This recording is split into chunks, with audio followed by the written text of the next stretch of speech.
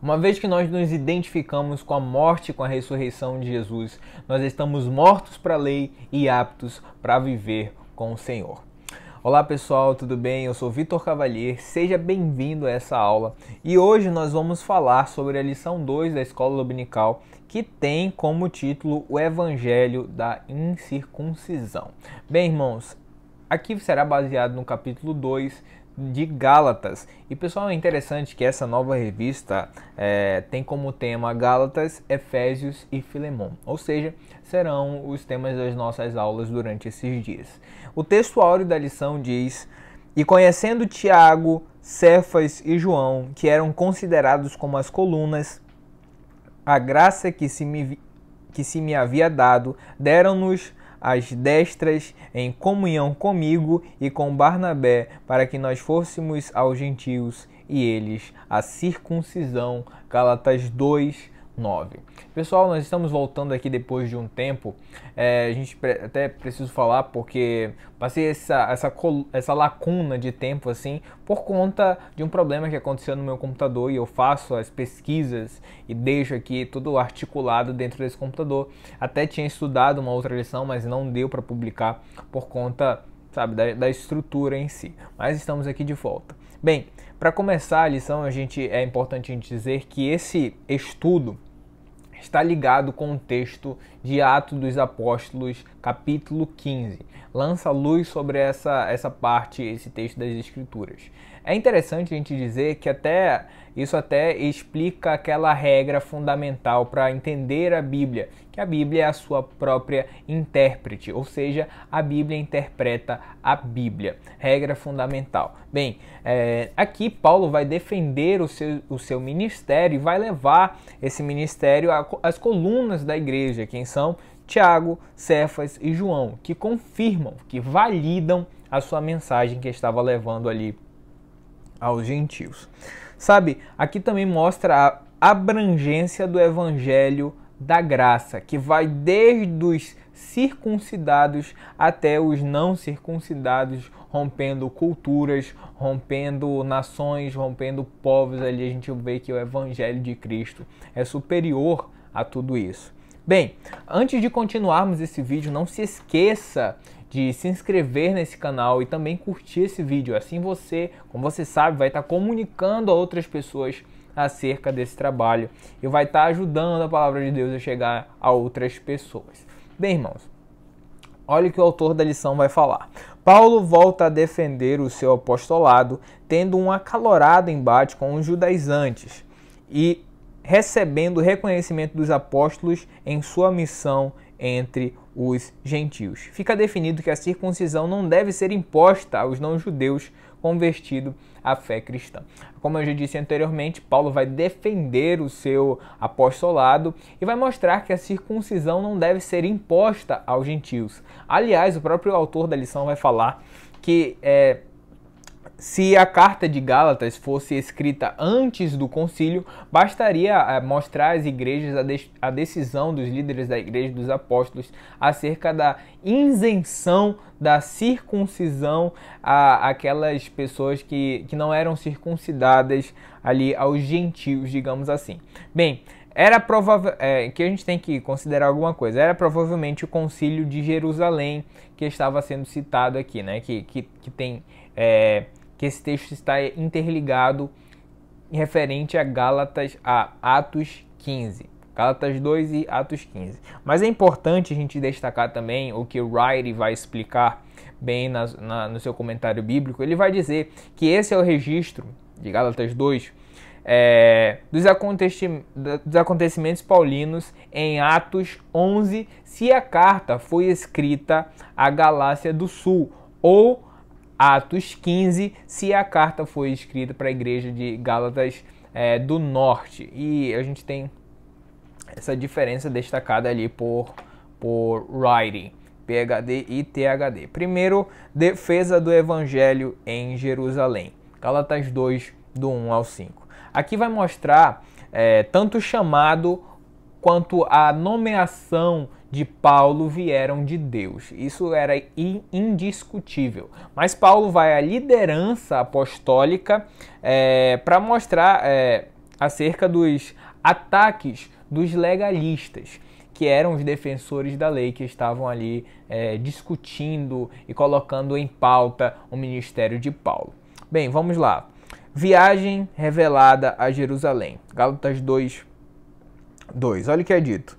Subi em obediência a uma revelação e lhes expus o evangelho que prego entre os gentios, mas em particular aos que pareciam de maior influência, para de algum modo não correr ou ter corrido em vão. Primeiro, Deus revelou que Paulo fosse até Jerusalém. E ele foi direcionado a encontrar com seus pares e expor o seu trabalho missionário. Qual era o trabalho missionário de Paulo? Era a mesma mensagem da cruz. Era o trabalho que ele fazia entre os gentios. E bem, Paulo não foi pedir permissão, escute isso. Paulo não foi permitir permissão para pregar o evangelho. E tampouco estava ali convocado pelos líderes da igreja mãe. O motivo era livrar-se da pressão dos ataques dos legalistas. Quem chamou Paulo foi Deus. Ele não precisava de aprovação de homem nenhum. Ele foi esclarecer uma questão que estava sendo motivo de ataque contra o ministério dele. Primeiro, dirigido pelo Espírito Santo, e também uma outra coisa importante foi ali para pedir conselho daqueles homens, para ter alguém para se aconselhar. E isso é importante, né? Que ninguém lidera sozinho, ninguém é o único dono da verdade e poderoso supremo a ponto de não ter que ter ajuda, não ter que pedir conselho. Paulo vai se aconselhar sim a essas pessoas. Bem, os companheiros que seguem Paulo nesta visita a Jerusalém são Barnabé, um judeu ligado ao ministério gentílico, e Tito, um convertido gentio à fé cristã. Produto daquela mesma missão gentia estava em discussão e que os judaizantes punham em dúvida. Primeiro, Barnabé era um judeu ligado ao ministério gentílico e Tito convertido pela fé através da obra de Paulo. E é interessante que se um dos 12 que estavam ali naquele concílio rejeitassem o evangelho pregado por Paulo, isso teria sido uma barreira intransponível. E não foi rejeitado. Por que não foi rejeitado? Porque foi direcionado por Deus. Deus estava naquela obra e aqueles homens que também eram separados por Deus de maneira nenhuma ali impediram aquela obra e aquele trabalho. Bem, vamos lá ao ponto 2. Falsos irmãos. Gálatas 2, 4. E isto por causa dos falsos irmãos que se entremeteram com a fim de espreitar a nossa liberdade que temos em Cristo Jesus e reduzir-nos à escravidão. Quem eram esses judeus convertidos, mas que defendiam as regras da lei? Estes eram quem Paulo chama de falsos irmãos.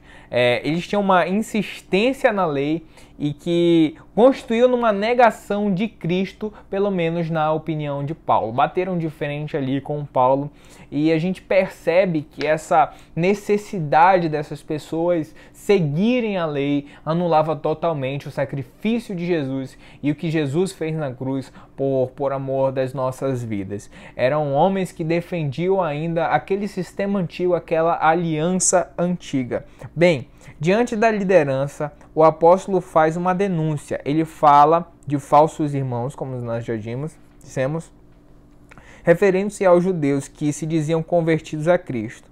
Paulo os chama de falsos irmãos porque pregam um falso outro evangelho. Infelizmente, o mundo religioso atual está repleto desses falsos irmãos que estão vendendo a salvação. E isso é muito importante. Isso não é um problema só do tempo de Paulo, isso não é um problema não só hoje. Toda a história, desde ali do sacrifício de Jesus, ainda temos irmãos que falsos irmãos que ainda defendem um sistema que a salvação é por conta de nós mesmos, que nós somos responsáveis pela nossa salvação de alguma maneira, ou então que a gente de alguma maneira tem que comprar a salvação. Veja, na história muitos homens de Deus sofreram com isso, muitos grandes homens de Deus pensaram que não podiam ser salvos, não eram como eu posso dizer, não tinham como ser salvos, não poderiam ser salvos porque não eram justos o suficiente e se esqueciam que eles eram justificados não por eles, mas por Deus. Veja o exemplo de Lutero. Sabia que Lutero já foi encontrado desmaiado diante ali, de um lugar por conta dos seus rígidos jejuns? Os biógrafos de Lutero vão dizer algo interessante. Depois de procurar crucificar sua carne pelos jejuns prolongados, pelas privações mais severas e com vigílias sem conta, achou que, embora encerrado na sua cela, tinha ainda de lutar contra os seus maus pensamentos. Quem vive dessa maneira, quem pensa que as suas obras ou que podem comprar salvação, ou que a salvação depende da sua bondade, do seu bom caráter, da sua boa índole, meu irmão, essa pessoa não vai progredir e vai ficar aprisionado na sua mente, no seu coração e nunca vai sentir paz. Assim aconteceu com Lutero. Sim, provavelmente aconteceu com milhares de pessoas ao longo dos tempos, porque não se entregaram verdadeiramente à cruz de Jesus, ao sacrifício de Jesus, até o ponto de Lutero encontrar uma passagem na Bíblia que diz que o justo viverá pela fé. A fé que nós temos em Jesus. E depois um monge, um ancião, um monge entregou para Paulo, percebendo a Paulo ali, para Lutero aquela situação, lembrou de Paulo para Lutero uma passagem que diz que creio na remissão dos pecados. E ali ele se apega naquelas partes bíblicas, naqueles versículos, e ele muda a sua história e passa a acreditar na salvação de Jesus. Sabe, Isaías 45, 22 fala algo muito interessante. Ele fala: olhai para mim e sede salvos, vós todos os limites da terra. Veja, não precisa você levantar um pé, não precisa você levantar um dedo. Para olhar para Jesus, não precisa você estudar na melhor escola, ter os maiores bens. Para olhar para Jesus, você não precisa fazer nada. Olhe para Ele e seja salvo. Basta olhar para a cruz, basta olhar para o sangue derramado, basta olhar para o sacrifício de Jesus feito por amor das nossas vidas e crer nesse sacrifício, que assim nós seremos justificados e nós seremos salvos. Bem, agora o evangelho acima dos homens. Depois de bater de frente com os legalistas, Paulo comenta sobre Pedro, Tiago e João.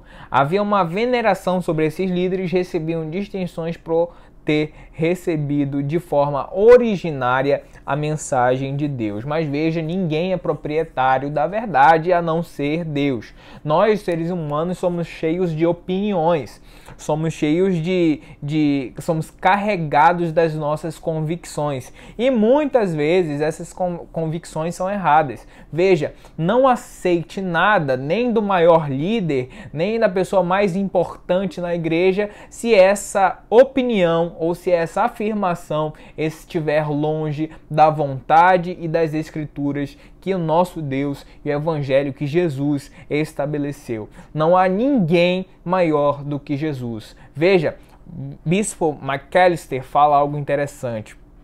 O Senhor é meu pastor, mas nenhum pastor é meu Senhor.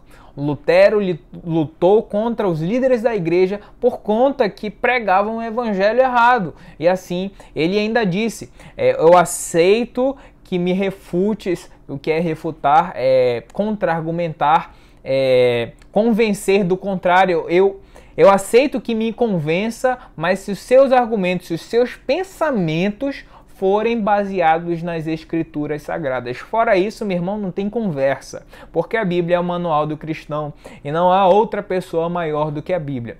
Todos nós somos sujeitos a erros e nós temos que tomar muito cuidado para que as nossas convicções não sejam erradas. Se eu estiver falando para você aqui algo que estiver fora da palavra de Deus, não aceite. Aliás, se até um anjo vier falar de um outro evangelho, não aceite. A Bíblia é a única resposta, é o manual do crente.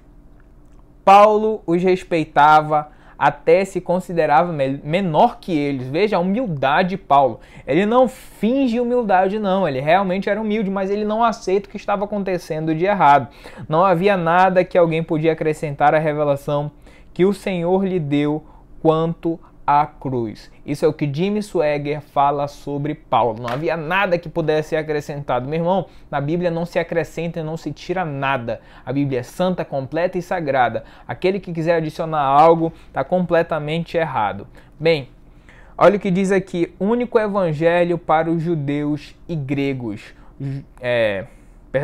Gálatas 2, do 7 ao 10. Aqui Paulo relata a aprovação dos apóstolos e também Pedro e demais percebem o trabalho legítimo de Paulo, como a gente falou anteriormente, que eles afirmam o trabalho e consolidam, verificam o trabalho de Paulo. Vamos falar sobre o evangelho da incircuncisão, Gálatas 2:7. Antes, pelo contrário, quando viram que o evangelho da incircuncisão me fora confiado, como a Pedro o da circuncisão. Eles viram que estava confiado aquele ministério a Paulo. Defenderam a causa de Paulo e legitimaram a causa de Paulo. E lembre-se, ele vai falar aqui que ele estava certificado. Paulo, depois de ser certificado, depois de ter uma base ali com aqueles homens de Deus, ele avança contra os legalistas que insistiam na circuncisão dos gentios. Agora ele estava aprovado pelas colunas da igreja. E quem são os legalistas para debaterem essa base dele, essa força que estava com ele, baseada e credenciado nisso, né? Paulo levou Tito de forma proposital. Olha o que o autor da lição vai falar. O fato de que nem Tito, sendo grego, foi constrangido a circuncidar. Paulo levou Tito para o encontro de forma proposital. Os defensores da circuncisão para os gentios foram vencidos pela opinião das chamadas colunas da igreja. Lembrando que os da incircuncisão eram gentios e os da circuncisão eram judeus. O evangelho da circuncisão, o termo que é usado aqui, era responsabilidade de Paulo principalmente para espalhar entre os gentios. E Pedro para o evangelho da circuncisão, que era ali entre os judeus, né? E isso quem vai falar, quem vai definir bem é Wright. Bem, vamos para o evangelho da circuncisão. Gálatas 2:8. Pois aquele que operou eficazmente em Pedro para o apostolado da circuncisão, também operou eficazmente em mim para com os gentios. Bem, vamos falar um pouco sobre a circuncisão. Circuncisão era um ato que integrava o pacto feito com Deus e com os judeus com a descendência de Abraão. Isso é estabelecido lá em Gênesis, no capítulo 17, do versículo 9 ao 14. Olha o que diz no versículo 10 de Gênesis 17. Este será o meu convênio que guardarão entre mim e vós, a tua descendência depois de ti, que todo varão entre vós será circuncidado. Esse convênio tinha só um regulamento externo, que era essa circuncisão, era essa marca no corpo. Todo o resto do convênio era baseado na fé. Essa circuncisão era um símbolo da aliança feita com Deus e com a descendência de Abraão. Lembrando que essa circuncisão era feita com um homem com a idade de 8 dias. Isso para o sangue não se coagular e aquela criança não morrer de hemorragia, né? É importante a gente dizer que tudo isso é apenas um símbolo do que Deus queria com aquele povo. Deus queria um povo diferente, Deus queria um povo separado. A circuncisão já era praticada por outros povos, mas é estabelecido com Abraão para demonstrar essa diferença. E algo muito interessante acerca disso é que em Deuteronômio vai falar acerca de circuncidar o vosso coração. Ou seja, acima de tudo, Deus não queria uma marca no corpo. Deus queria uma conversão de vida e uma diferença de uma nação e de um povo. Com a morte de Cristo, surge uma nova aliança. Cristo se torna o cumprimento de toda a lei. E nós podemos até perceber que a circuncisão é um tipo de cruz. O sangue derramado, feito para salvação, feito para separação. Assim como a circuncisão era praticada para essa separação do povo de Deus dos outros povos, hoje nós somos, hoje um sangue também foi derramado, mas não o nosso sangue, o sangue de Jesus Cristo, e que nos faz separar do mundo e da morte devida ao pecado. Bem, Paulo não era contra a circuncisão, mas sim que fosse colocada para a salvação, porque a nossa salvação não vem pelos nossos méritos e nem pela lei, mas sim por Jesus Cristo. Aquele que colocava, o problema de Paulo não era esse símbolo em si, o que o autor está falando, mas sim que essa marca era necessária para ser salvo, e não é necessário para ser salvo. Reconhecimento e recomendação. Bem, ele reconhece aqui a diferença de ministérios, ou seja, a liderança da igreja está unida pelo evangelho, mas reconhece a diferença de ministérios. Olha o que diz aqui no 2:9. A fim de que fôssemos para os gentios e ele para a circuncisão. Veja o que o autor vai falar. Os líderes da igreja de Jerusalém selaram a unidade cristã ao darem Paulo e a Barnabé a destra da comunhão, enquanto rechaçavam as ideias heréticas dos judaizantes. Não aceitaram de forma alguma aquelas heresias que eram estabelecidas por ele. E é interessante que eles se unem por esse propósito, né? Tanto Paulo como aquelas colunas da igreja. Às vezes a falta de diálogo entre nós irmãos, as nossas igrejas, né, e outros ministérios nos colocam nesse lugar de um contra o outro, mas na verdade é como todos nós temos a mesma intenção, a intenção de sermos salvos. Como seria mais precioso, né, como seria incrível se houvesse mais diálogo e consequentemente mais comunhão, para ter como aconteceu ali com o evangelho da circuncisão e da incircuncisão. Bem, eu ia falar sobre a destra da comunhão com Paulo e com Barnabé, né? Isso é interessante, que essa destra de comunhão era um como é que eu posso falar? Era uma marca de paz entre aquelas pessoas. Bem, o fato, porém, de existir um só evangelho não significa que este não tenha endereçamentos distintos. Veja bem, enquanto Paulo e Barnabé são enviados aos gentios, os apóstolos são enviados aos judeus. Era a mesma mensagem, só que falada de forma diferente. A mesma mensagem, o mesmo conteúdo, mas com estruturas diferentes, com maneiras de abordagem diferentes e distintas. É interessante que o evangelho é assim. Não adianta a gente querer pregar o evangelho da mesma forma para todas as pessoas. Não adianta querer pregar o evangelho para as pessoas de Amsterdã da mesma forma que eu prego para uma comunidade indígena aqui no interior do Amazonas. Tem que pregar com a estrutura diferente, falar de um jeito diferente, não mudar a mensagem da cruz e não tirar Jesus do evangelho, mas sim apresentar de formas diferentes para que as pessoas possam compreender. Você já notou, por exemplo, um jornal que passa diversas notícias no dia? Bem, o Jornal da Manhã de uma mesma emissora passa a mesma notícia no Jornal da Noite. Só que a notícia que passa de manhã é apresentada de uma forma e de noite é apresentada de uma outra forma. O apresentador fala de forma diferente, a estrutura da notícia é diferente, o texto é diferente, mas o conteúdo é o mesmo. Porque você já prestou atenção, por isso já se fez a pergunta, sabe por que isso acontece? Por conta do público. O público de manhã não é o mesmo público à noite. O público de uma emissora não é o mesmo público que a outra. E para esse público entender essa mensagem deve ser moldada para ela ser aceita. Então, a gente tem que perceber que o evangelho é da mesma forma. São pessoas com mentalidades diferentes, culturas diferentes e que têm que aceitar Jesus, mas tem que ter uma estratégia certa para levar essa mensagem. Olha o que Adolf Paul vai falar. Um novo grupo alvo da proclamação demanda diferente apresentação, ênfase e concentração. Grupos diferentes, um grupo novo. Não é mudar meu evangelho, meu irmão, não tem essa mentalidade não. Aceite que é apenas a estrutura. Entenda isso. Bem, ele vai falar um pouco do mistério de ser reconhecido, taranã, taranã. e vamos falar um pouco sobre Paulo resiste a Pedro. Gálatas 2, do 11 ao 21.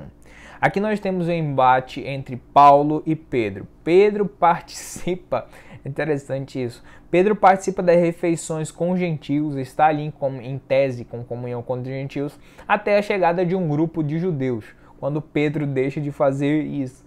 E quando Pedro deixa de fazer isso, Paulo o repreende. Veja bem, a gente vai falar um pouco sobre a inconstância de Pedro. Gálatas 2:11. Quando, porém, Cefas veio a Antioquia resistir-lhe face a face, porque se tornara repreensível, Pedro corroborou, ajudou para a confusão que aconteceu ali entre o favoritismo para os irmãos da circuncisão. Pedro demonstra ali um falso laço de comunhão e não mantém essa postura com as chegadas dos enviados, daquele grupo de judeus enviados por Tiago. E Paulo considera aquilo como fingimento, como uma hipocrisia de Pedro, para agradar os ortodoxos ali naquela ocasião. E aqui nós aprendemos duas lições importantíssimas. Primeiro, que o evangelho é superior às pessoas. Irmão, muitas pessoas querem sair da igreja por causa de outras pessoas, por causa de lideranças, por causa de irmãos que estão na igreja, mas não, todos nós somos falhos. Pedro falhou e nós aprendemos aqui que o evangelho, que Jesus é superior a qualquer erro humano. E segundo, somos falhos independente da nossa posição. Não pense, meu irmão, que se você é líder, ou então que se você tem um líder, que esse líder nunca vai errar. Ele está sujeito a erros, como Pedro ali, um patriarca, a pedra que Deus firmaria a sua igreja, também errou, né? E aqui a gente aprende também que doutrina e prática precisam andar juntos. O que eu falo, eu tenho que praticar também. Isso é muito forte. Pedro fez ali uma aliança, Pedro ali fez um pacto de paz, mas não seguiu. E o que a gente fala, a gente tem que cumprir. Bem, Gálatas 2:11 vai falar algo interessante. Lhe resistiu na cara. Paulo reprovou abertamente a atitude de Pedro. Paulo não escondeu. Paulo atacou. Se opôs um líder que era maior que ele. Veja bem, Lutero desafiou o debate o Papa. E a gente percebe ali que ninguém é maior que Deus. Novamente isso, ninguém é maior que Deus no Evangelho, meu irmão. Gálatas também vai falar assim no versículo, porque era repreensível. Pedro trocou a cruz de Jesus pela lei. Pedro tocou no que não podia tocar, meu irmão. A gente tem que ter muito cuidado com isso. Todos nós devemos ter muito cuidado com isso. E olha o que é dito. Comunhão e repreensão não são excludentes, mas se completam. Pedro era um líder e foi repreendido, e Pedro aceitou essa repreensão. Se converteu do seu erro, tornou uma nova atitude e aceitou ali a correção de Paulo. A humildade de Pedro não destruiu sua autoridade, nem apagou o brilho do seu ministério. Pedro não foi um menino, Pedro não foi ali, não agiu com falta de sabedoria e imaturidade. Pedro não foi uma pessoa imatura naquela ocasião. Pedro sabia que aquela postura de Paulo não era pessoal, era por conta do Evangelho. O Evangelho é maior que Pedro e é maior que qualquer um de nós. Não é uma questão pessoal, é uma questão de doutrina. Ninguém é justificado pela lei. Gálatas 2:16. Olha o que é dito. Sabendo, contudo, que o homem não é justificado por obras da lei, e sim mediante a fé em Cristo Jesus, também temos crido em Cristo Jesus para que fôssemos justificados pela fé em Cristo e não por obras da lei, pois por obras da lei ninguém será justificado. O termo justificado aqui, segundo o autor, vai falar de todo homem, judeu ou gentil, que está na mesma posição. Nós somos justificados independente da nossa cultura, independente da nossa posição social, independente do nosso sexo. Todos nós somos iguais. Wright também vai dar uma definição sobre esse versículo, sobre a justificação. Ele vai falar que justificado é declarado justo perante Deus e livre de qualquer acusação de pecados em termos de ter deixado de cumprir a lei de Deus. Nós somos justificados por Jesus, por isso não precisamos cumprir essa lei.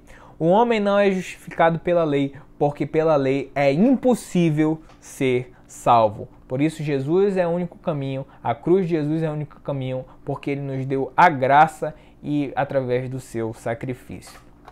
E agora nós somos crucificados em Cristo. Olha o que diz Gálatas 2:20. Já estou crucificado com Cristo e vivo, não mais eu, mas Cristo vive em mim. E a vida que agora vivo na carne, vivo-a na fé do Filho de Deus, o qual me amou e se entregou a si mesmo por mim. Eu poderia encerrar essa lição só com esse versículo. É um texto maravilhoso, porque Paulo fala que ele estava morto para a lei. Ele não fala que a lei estava morta. Ele fala que ele estava morto para a lei através do sacrifício de Jesus para viver com Deus. Olha que maravilha, olha que espetacular. Olha o que diz Gálatas 2:19. Porque eu, pela lei, estou morto para a lei, para viver para Deus. Agora nós somos mortos e ressuscitados através de Cristo, que nos libertou desse fardo. Vivemos em corpo físico, mas Cristo vive em nós pela ação do Espírito Santo. Hoje temos essa vida aqui na terra, mas Cristo vive em nós através da sua presença especial, do grande Consolador que Ele nos deixou. Veja bem, Cristo guardou perfeitamente a lei e sofreu a sua pena justa por minha e por sua causa. Algo que só pode ser feito por Cristo Jesus e não pelas nossas forças, pelo nosso entendimento, pela nossa bondade. O salvo vive para Deus quando morremos para a lei e para o mundo. Ele me amou, se entregou por mim e Ele é o único e suficiente caminho para ser salvo. Não queira comprar sua salvação, não queira ser superior a Deus para ser salvo. Ele é o motivo da nossa salvação. Olha o que diz a aplicação pessoal. A experiência da salvação através da graça e mediante a fé em Cristo deve produzir em todos os cristãos regenerados o pleno conhecimento da eficácia e suficiência do sacrifício de Cristo. E é isso, meu irmão. Deus abençoe a sua casa, a sua família. Estamos de volta e vamos levar essa mensagem para outras pessoas. Fazendo isso, se inscrevendo no canal e curtindo esse vídeo. Deus abençoe você e sua família. Amém.